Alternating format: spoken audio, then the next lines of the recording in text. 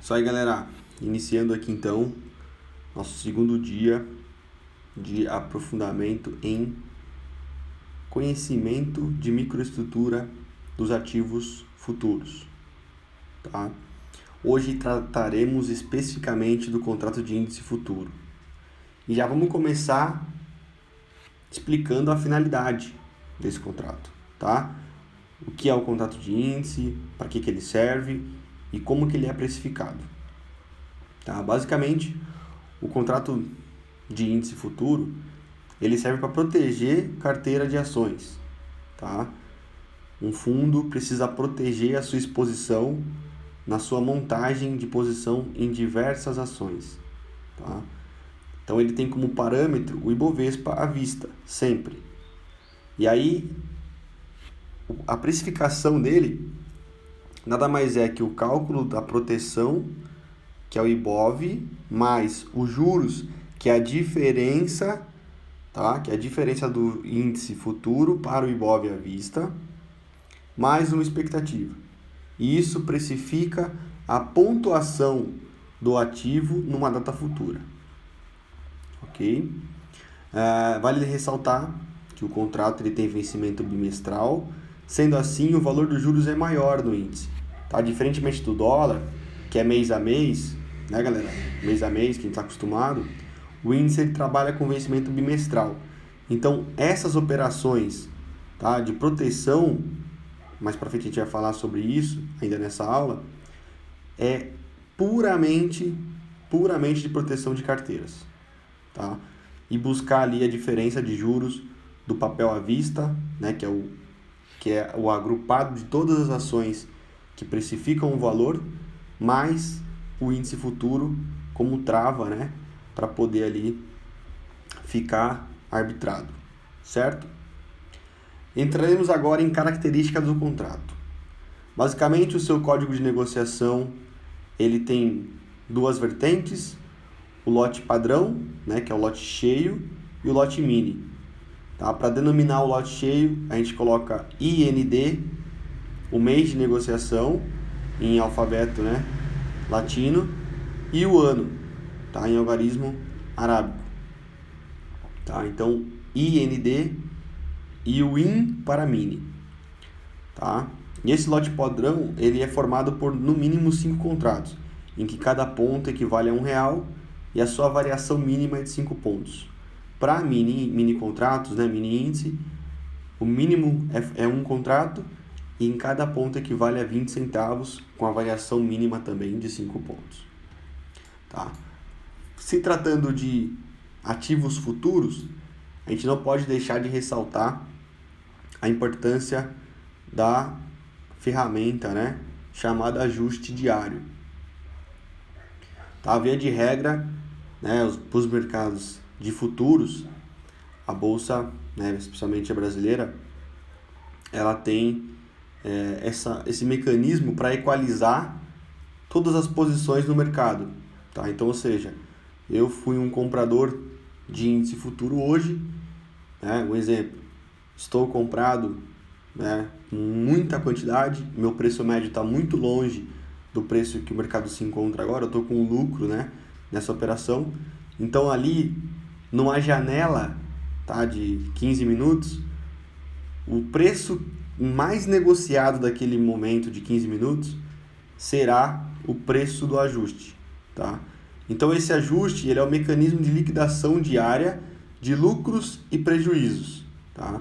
Isso é uma coisa que evita a inadimplência. Já pensou? Né? Se a bolsa não tivesse um controle desse, tá?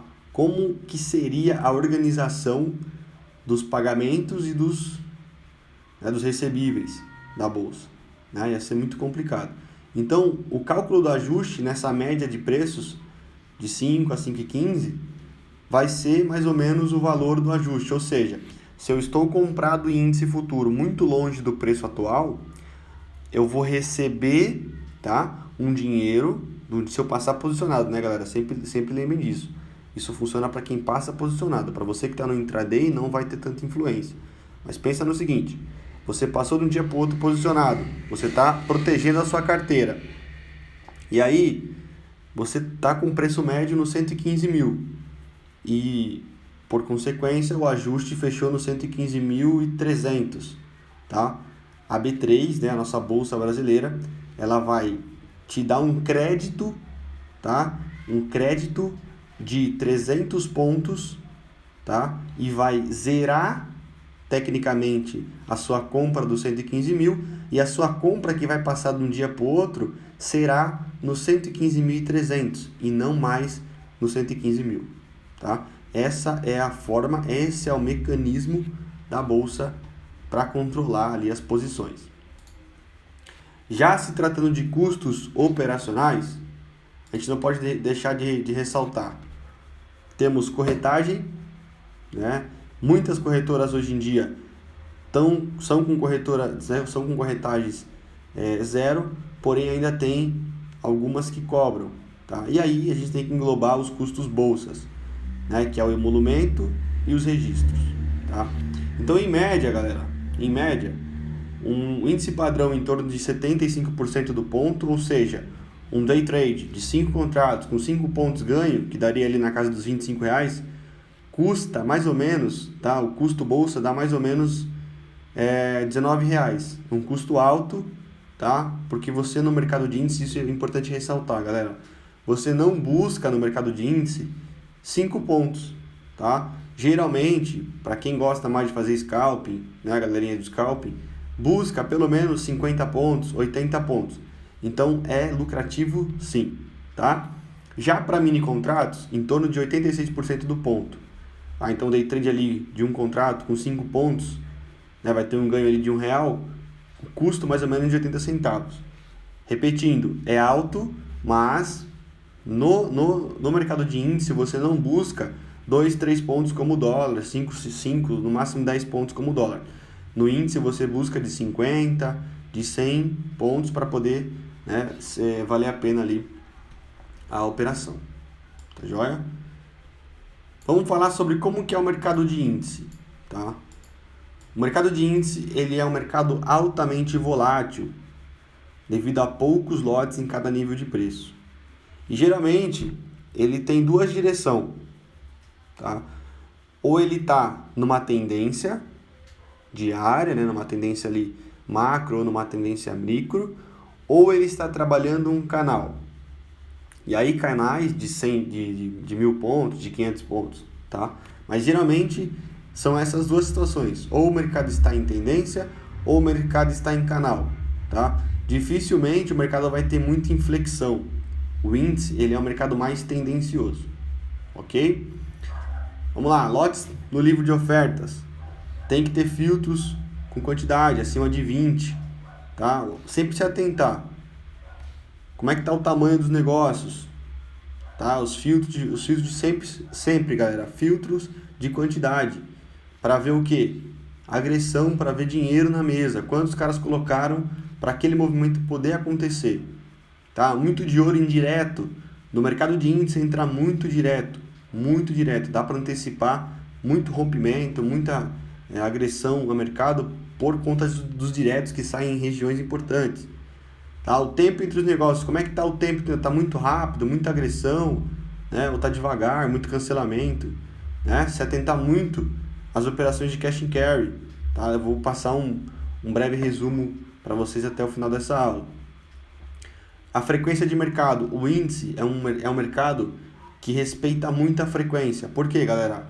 Pensa o seguinte, o mercado ele abriu 9 horas, ele vai estar trabalhando numa região, tá? Num certo,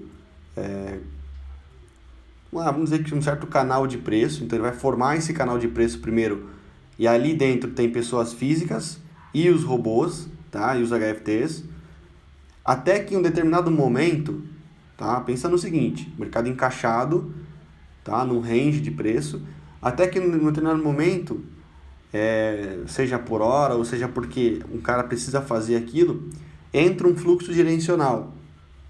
Tá? E esse fluxo direcional, ele entra muito agressivo, tá? Ele vai levar o mercado, ele vai impactar. Às vezes entra no contrato cheio, né? Acima ali de 20, acima de 50. Às vezes entra pelo mini, tá? O índice ele tem essa característica de o mínimo puxar muitos movimentos, tá? Então, às vezes entra pelo mini, aí o seu olho tem que estar acima de 500 lotes, tá? Acima de 500 lotes do mini. A gente vai falar sobre paridade também. E aí, sempre se atentar à frequência. Pô, o mercado andou quantos pontos? Tá? 1.000 pontos, voltou, 100 pontos, voltou. Como é que foi a volta? Tá? Não tentem alongar operações contra a tendência no índice. Não funciona, tá, galera? Não funciona. E sempre se atentar aos tipos de movimento. Como falei, andou 1.000 pontos com agressão, voltou sem agressão, cancelamento, né? Ou voltou com mais apetite de venda, ok? E a forma de atuação, tá, galera?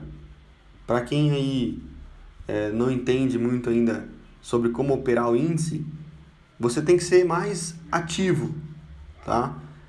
O índice é um mercado que se mexe muito, então se você deixar muita ordem pendurada, ou se você ficar muito na pedra, muitas vezes você não vai aproveitar uma boa oportunidade, tá? Então, no índice, você precisa ter agressão, você precisa agredir o mercado para entrar, tá? E aí você pode ter a escolha, né, de deixar uma ordem posicionada para sair, ou também agredir o mercado, que é o que eu recomendo, tá? Não deixar tanta ordem posicionada, agredir o mercado quando precisar, sair, tá?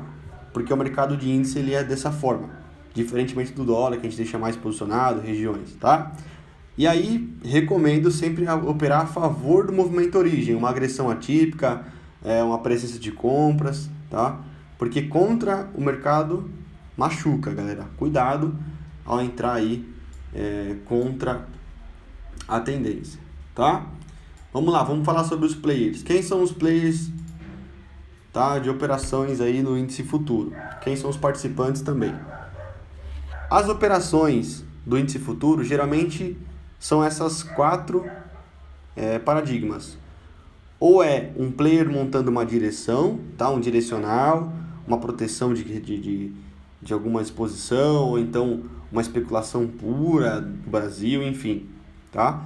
A arbitragem, que hoje é uma das maiores operações do índice futuro, isso está muito implementado, tá? Essa arbitragem, galera, ela é feita pelos maiores robôs do mercado hoje, tá? O que é essa arbitragem? Consiste em comprar o índice futuro cheio e vender a mesma quantidade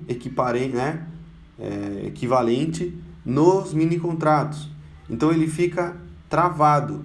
E essa arbitragem, tá? Essa arbitragem ela não tem prejuízo para o participante, porque ele não busca deslocar o preço, ele apenas busca deixar o preço mais justo possível, tá? Então, se a diferença é 5 pontos do índice cheio para o mini, o arbitrador ele vai lá para poder equiparar esse spread. E por fazer isso, ele ganha, tá? Descontos, ganha até mesmo ganha promoções da própria B3 por promover isso, tá? Então aí, Bradescão, Ideal, né? Muito giro, 2 milhões de contrato no mini, muito giro no cheio, 30 mil contratos no cheio, são para arbitragem. Então, galera, não pensa, o preço está perdendo regiões importantes que o Bradesco está comprado. Não sejam esse tipo de player, tá? Não sejam esse tipo de pessoa. Analisa a ponta contrária, tá? Muitas vezes vocês vão perceber que o Bradesco ou a Ideal ou a XP ela vai estar muito exposta num contrato, ou seja, muito vendida no mini contrato, mas se você olhar, tá? Se você olhar na posição dos players do contrato cheio, ela está muito comprada. E se você fizer a conta, se você souber fazer o cálculo, né, de equivalência, você vai entender que, o cara não está perdendo dinheiro, ele está travado, tá? E aí não tem importância o mercado cair, enfim, tá? Não se deixem enganar, tá? A galera faz muita arbitragem, principalmente quem tem muito robô na mão. Hoje a UBS não faz tanto porque perdeu um pouco de interesse, tá? A UBS no mercado de índice, mas no dólar muito também. E aí, hedge, né, galera? Hedge, proteção de carteira. Hedge é puramente proteção de carteira, tá? um fundo muito posicionado em diversas ações que tem medo de uma desvalorização, ele faz um hedge no mercado de índice futuro para proteger dessa oscilação. Entenda que o mercado de índice futuro não é um mercado de motivos como o dólar, tá, galera? O índice, ele é um mercado mais para proteção, para proteger desvalorização, tá? E aí, a mais famosa, cash carry, né? Cash and carry, que é o estrangeiro emprestar dinheiro barato, dólar barato lá fora e vir trazer para o Brasil, né? Buscando ali uma operação, né? De ou financiamento, tá? Do índice futuro ou reversão, tá? Então vamos lá, para vocês entenderem. Cash and carry nada mais é que um exemplo. Um estrangeiro analisou que o Ibovespa está sobrecomprado, que a diferença de juros do mercado de futuros com o mercado à vista está acima do esperado, logo ele entende que aquele mercado de índice nacional está subvalorizado. Então ele faz uma operação estruturada, né, que a gente conhece como cash and carry reverso, que é comprar, né, que ele vai comprar ali todas as ações, todas as ações que compõem a carteira do Ibovespa, tá? E vai vender a mesma quantidade no índice futuro. Tá? Perdão, esse é o financiamento. Então ele compra todas as ações do índice futuro, na exata proporção ele vende, tá, no índice futuro, no ativo futuro. Tá? Então ele está sobrevalorizado, ele entende que ele precisa fazer isso por conta da taxa de juros. O mercado é briga por juros, tá, galera? Já a operação estruturada de reversão consiste em vender as ações do Ibovespa na exata proporção da carteira e comprar índice futuro. Tá? Igual, o mesmo valor que gastou para vender todas vai ser para comprar todas. Tá? Então, no índice futuro, ele vai usar para comprar todas. E aí, o que acontece? O mercado, às vezes, por essas operações, tende a entrar um fluxo real, tá? Que faz ali o índice futuro se comportar de uma certa forma. Então, por exemplo, quando entra um estrangeiro para fazer financiamento, ali vendendo o índice futuro, o mercado ele faz ali o índice ele perder valor. E ao contrário, na reversão, faz com que o mercado ganhe, né? O mercado de índice suba ali. O que é importante saber sobre os participantes? Bancos não operam mercado de índice futuro em sua totalidade.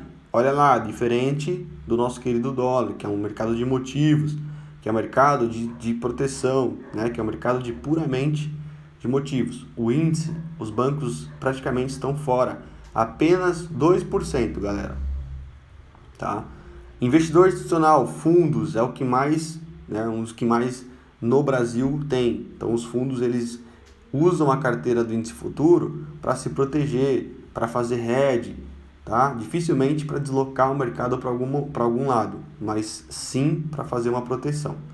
Agora, os estrangeiros no mercado de índice mandam, assim como no mercado de dólar, tá? Porque os estrangeiros, eles fazem muito cash and carry e muito mesmo, galera, tá? Principalmente quando os juros da diferença do Ibovespa à vista com o índice futuro está acima de 1,50, tá? Acima de 1,50, acima de 2%, tá? E aí 9% representa as pessoas físicas e o restante os HFTs, tá? Lembrando que os HFTs são compostos tanto pelo investidor institucional, tanto pelos estrangeiros. Joia? Acompanhe sempre a posição dos participantes, galera.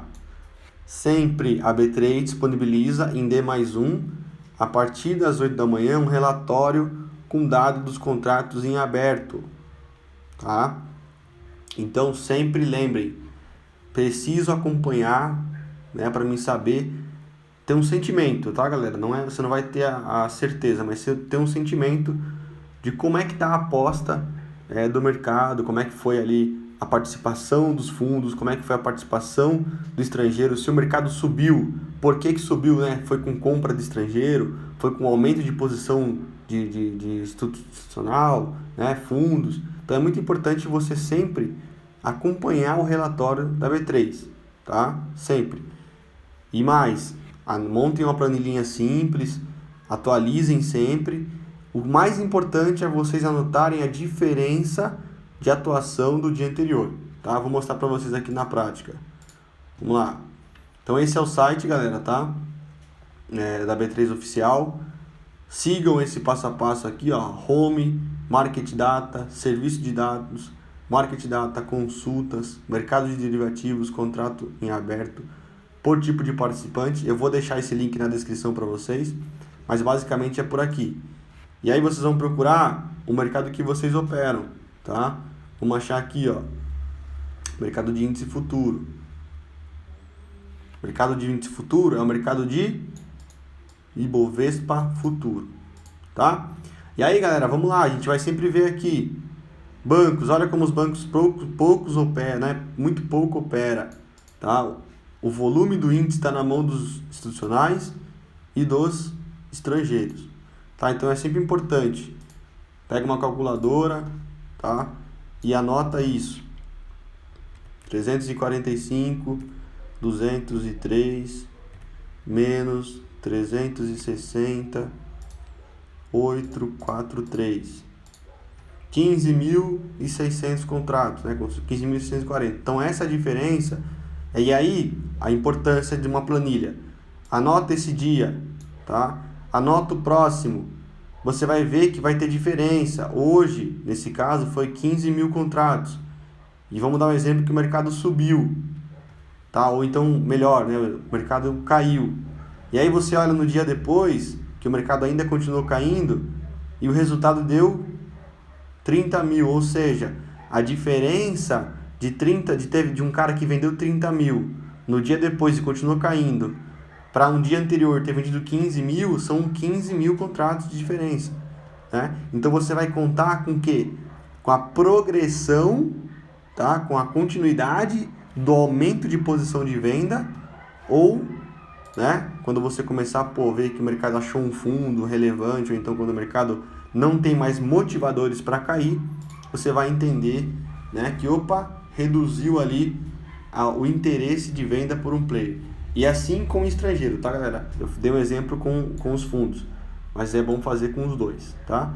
E aí as correlações de índice, as mais importantes são o S&P, né, o mini S&P, as ADRs negociadas em dólar, o nosso querido EWZ, nossa ETF, que é o nosso índice em dólar lá fora, tá? É só colocar EWZ do índice lá fora, e o Ibov em tempo real, tá? Que é o valor ali sem os juros, tá?